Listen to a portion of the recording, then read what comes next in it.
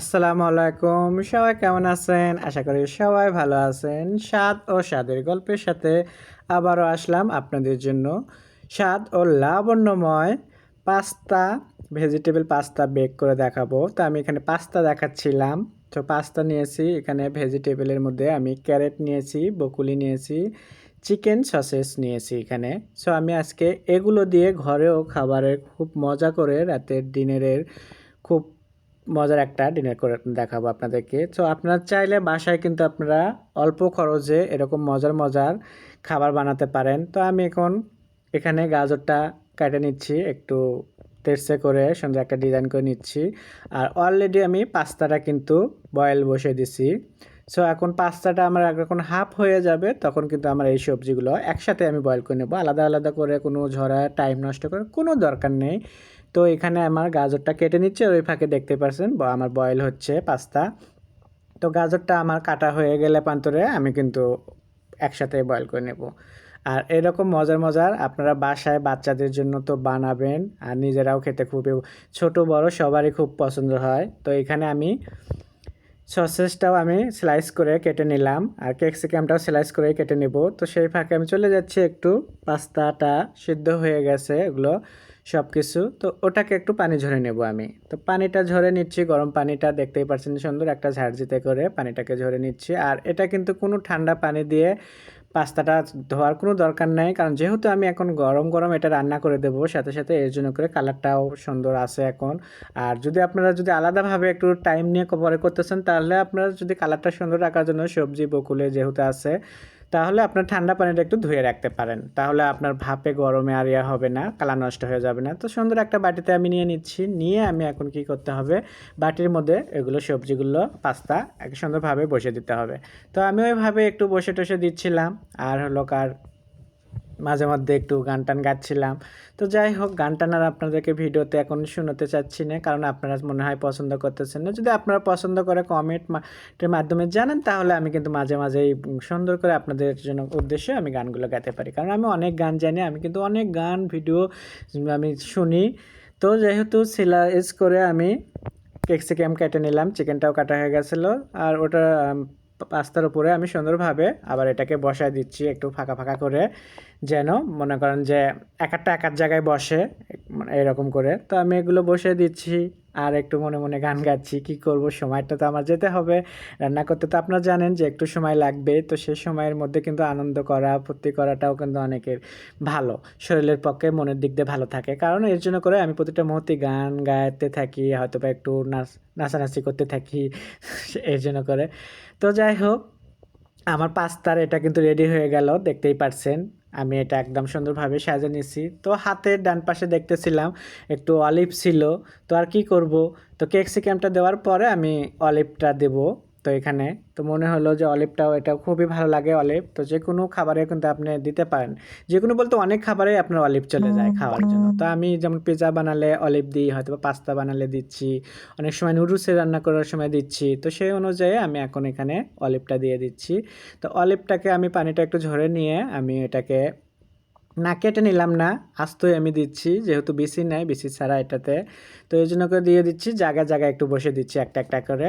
তো এরকম করে বসানো হয়ে গেলে পান্তরে, তখন আমি আপনাদেরকে আজ দেখাচ্ছি। দেখেন আপনারা কত সুন্দর করে আমি এটাকে বসাইছি, এত সুন্দর, এখন দেখেই খেতে ইচ্ছে করতেছে। তারপরে তো এটা ওয়েট করতে হবে এখন এটা তৈরি করার জন্য করে। তো যাই হোক, আমি এখন চলে যাচ্ছি চুলোতে, এটার জন্য একটু ওয়েট সস বানাবো। তো ওয়েট সস বানানোর জন্য আমি চুলোতে চলে আসলাম, আর এখানে আসার পরে কি কি উপকরণ লাগবে সেটা তো আপনাদেরকে আমি দেখাবো। আপনারা আমার সাথেই থাকবেন, নতুন নতুন রান্নার জন্য করে আপনারা আমাকে সাপোর্ট করবেন। আর এই যে আমি বাটার নিছি প্যানে নিয়ে, আমি এখানে দিয়ে দিচ্ছি একটু রসুন কুচি। তো এই রসুন কুচি আর বাটারে একসাথে একটু আমার এটাকে ভাজা ভাজা করে নিতে হবে। তো ভাজা ভাজা করে যখন আমি এটাকে নিচ্ছি, তো তখন তো একটু সময় লাগবে। তো সময়টাকে পার করার জন্য করে আমি এখানেও কিন্তু আপনাদের উদ্দেশ্যেই বলতেছিলাম, আপুরা প্লিজ আপনারা আমাকে একটু সাপোর্ট করবেন, আমি যেমন আপনাদেরকে সাপোর্ট করতেছি। তো যাই হোক, হয়তো বা আপনারা অনেকেই এভাবে পছন্দ করেন না, তো যা মনে করেন সাপোর্টটা, আশা করি যে আমার ভিডিও যদি আপনাদের ভালো লাগে তাহলে আপনারা সাপোর্ট করুন, ভালো না লাগলে সাপোর্ট করেন না, অসুবিধা নেই। তো যাই হোক, বাটারের আমার হলকার তৈরি হয়ে গেল ওই রসুন আর বাটারটাকে ফ্রাই। তো এখন আমি এখানে দিয়ে দিচ্ছি ময়দা, একটু আমি ময়দা দিয়ে দিলাম। এটা ময়দাটাকেও আমি রসুনের সাথে সুন্দর করে একটু লাল লাল করে ভেজে নিচ্ছি। তো দেখতেই পাচ্ছেন আপনারা কিন্তু কড়াই এখান থেকে একটু দেখা যাচ্ছে, যেহেতু ক্যামেরা দূরে তারপরেও। তো এখানে আমি একটু দিয়ে দিচ্ছি জয়ফল, জয়ফলের আমি পাউডার দিচ্ছি। তো জয়ফলের পাউডার দিয়ে দিচ্ছি। আপনারা ভাবতেছেন যে আর কিছু দেবেন না, তো দেবো আর একটু কিছু, কারণ একেবারে যে অল্প উপকরণে যে হয়ে যাবে তাও না, 4-5টা আইটেমে তো লাগবেই। তো জয়ফল দেওয়ার পরে আমি এখানে দিয়ে দিচ্ছি ঠান্ডা লিকুইড দুধ। তো দুধটা দেওয়ার পরে একটু ঘন ঘন নাড়তে হবে, যেন কোনোভাবে দলা না বাজে। দলা বাজে গেলে পান্তরে কিন্তু সেটাকে আবার প্রবলেম হয়ে যাবে। তো এর জন্য করে ঠান্ডা দুধই দিতে হবে, এখানে কোনোভাবে গরম দুধ দেওয়া যাবে না। আমি ঠান্ডা দুধটা দিলাম, দিয়ে একটু নাড়াচাড়া দিচ্ছি। আর হলো কার মনে হচ্ছে যে আমি আজকে মজার একটা খাবার করে দেখাবো আপনাদেরকে। আর মজার মজার খাবার দেখার জন্য তো আপনারা আমার সাথে থাকবেনই, এটা আমি শিওর বলতে পারি। তো সেই জন্য করে দুধটা দিয়ে আমি একটু নাড়াচাড়া দিচ্ছিলাম, দেখতেছেন খুব করে। তো এরকম আস্তে আস্তে এটাকে কিন্তু একদম ঘন হয়ে আসবে। তো ঘন হয়ে আসলে পর্যন্ত আমার সসও কিন্তু তৈরি হয়ে যাবে। তো এইখানে কিন্তু আরও একটু উপকরণ আছে, সেটা একদমই ভুলবেন না, কারণ ওটা দিতেই হবে। সেটা হলো আর কি, আর দেখার জন্য সাথেই থাকতে হবে আপনাদের। তো আমি চুলার আঁচটা একটু কমে দিচ্ছি, দিয়ে আমি এখন এখানে দিয়ে দেব ঘন ঘন। এটাকে কিন্তু নাড়াচাড়া দিতে হবে। তো ঘন ঘন আমি একটু নাড়াচাড়া দিয়ে নিচ্ছিলাম। আর মনে হচ্ছিল যে একটু আপনাদেরকে আবারও একটু দেখায় যে এখানে কী কী দিচ্ছি। একদম পারফেক্টভাবে কোনো কাটছাট নাই। এখানে আমি টেস্টিং সল্ট দিচ্ছি।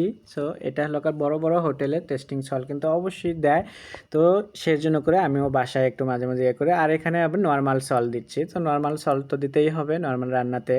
তো আমি এখানে দেওয়ার পরে একটু ব্ল্যাক পেপার দিচ্ছি। ব্ল্যাক পেপার দিচ্ছি এই কারণে, এখানে ব্ল্যাক পেপারের ঝালটাই আসবে, এখানে কোনো গুঁড়োমরিচ কিংবা কাঁচামরিচ আমি কোনোটাই দিচ্ছি না। এখানে এই ব্ল্যাক পেপারটাই আমি দিচ্ছি পরিমাণ মতো। তো দিয়ে আমি সসটাকে তৈরি করলাম, দেখতেই পাচ্ছেন সসটা একদম ঘন হয়ে আসছে। তো যেহেতু সসটা আমার ঘন হয়ে আসছে আর তৈরিও হয়ে গেছে, তাহলে আর অপেক্ষা করি কেন? তাহলে অপেক্ষা না করে চলুন দেখায় আপনাদেরকে যে আমি কিভাবে পাস্তা তো বেক করব। তো পাস্তার ওখানে আমি তো পাস্তা বেক করার জন্য তো আমি সবজি পাস্তা ওগুলো তো একসাথে বেক করেই নিলাম, নিয়ে আমি ওটাকে রেডি রেখে দিছি। সেটা এখন এখানে যখন পরিবেশন করবেন তার আগে আবার একটু দেখে নেবেন টেস্ট অনুযায়ী সল্ট দিতে হবে কিনা। তো আমার এখানে আবারও একটু সল্ট দিতে হচ্ছে, সেজন্য করে আমি এখানে সল্টটা দিচ্ছি, দিয়ে আবারও ভালো করে নাড়াচাড়া দিয়ে নিচ্ছি। ভালো করে নাড়াচাড়া দেওয়ার পরে আমি এখন আবার চলে যাব পাস্তা বেকে যেখানে রেডি করে রেখেছি সেখানে।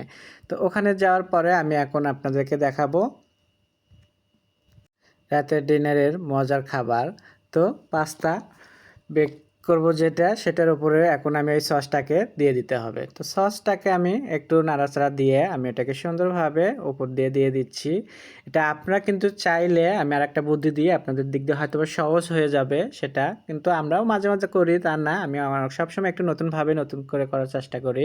তো এটাকে এখন আপনারা যেমন এই যে সসটা তৈরি করলেন, আর এদিকে পাস্তা কিংবা সবজি এগুলো যে বয়েল করে রাখছেন আপনারা, তো এটা কিন্তু এই কড়াইয়ে আপনারা মিশাতে পারতেন ভালোভাবে। তো আমিও কিন্তু মাঝে মাঝে কড়াইয়ে মিশে, আর কড়াইয়ে যখন মিশে আমি ওই সময় একটু চিজ দিই। তো যেহেতু আজকাল আমাদের বাসায় চিজগুলো একটু বেশি খাওয়া হয়ে যাচ্ছে, তো এর জন্য করে চিজটাকে আমি আর ভেতরে দিলাম না সসের। তো এর জন্য না দিয়ে আমি আলাদা করে চিজটাকে একটু উপর দিয়ে পরিবেশন করব। তো যাই হোক, উপর দিয়ে পরিবেশনের আগে আপনাদেরকে দেখাচ্ছি, দেখেন কত সুন্দর হয়েছে দেখতে, লাবণ্যময়, আর খেতেও তেমন স্বাদ হয়েছে।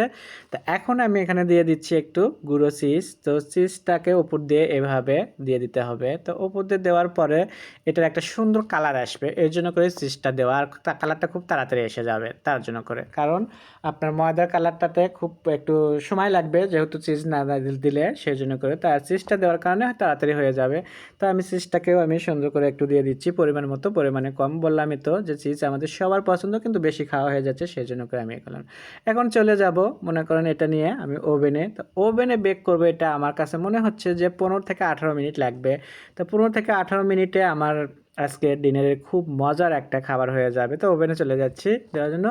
ওভেনে আমি নিয়ে আসলাম, নিয়ে আমি এখন ওভেনে দিয়ে দিলাম, স্টার্ট করে দিচ্ছি। তো কিছুক্ষণ পরে আপনাদেরকে আবার দেখাবো। তো এই তো হয়ে গেল আমার পাস্তা বেক। তো তো খুবই মজা। শুধু আপনারা ভাবতেছেন যে আজকে কি আমরা পাস্তা বেক খাবো, না, আজকে কিন্তু আরেকটা ভিডিও আপনাদের জন্য সারপ্রাইজ থাকতেছে। তারপরেও আমি বলি, তো আজকের ভিডিওতে থাকতেছে হলো চিকেন গ্রিল, আস্ত চিকেন গ্রিল, সেটা আমি আলাদা ভিডিও করছি। তো যাই হোক, এটা আমাদের ডিনারে থাকতেছে এরকম খাবার 2-3টা আইটেম। তো 2-3টা আইটেম নিয়েই আমরা আজকে ডিনারে সেরে দেবো। তাও সবই হেভি খাবার, এই জন্য করে আমরা অল্প খাবারের আইটেমটাই নিয়ে নিয়েছি। নতুন নতুন ভিডিও দেখার জন্য সাথেই থাকবেন। সবাই ভালো থাকবেন। আল্লাহ হাফেজ।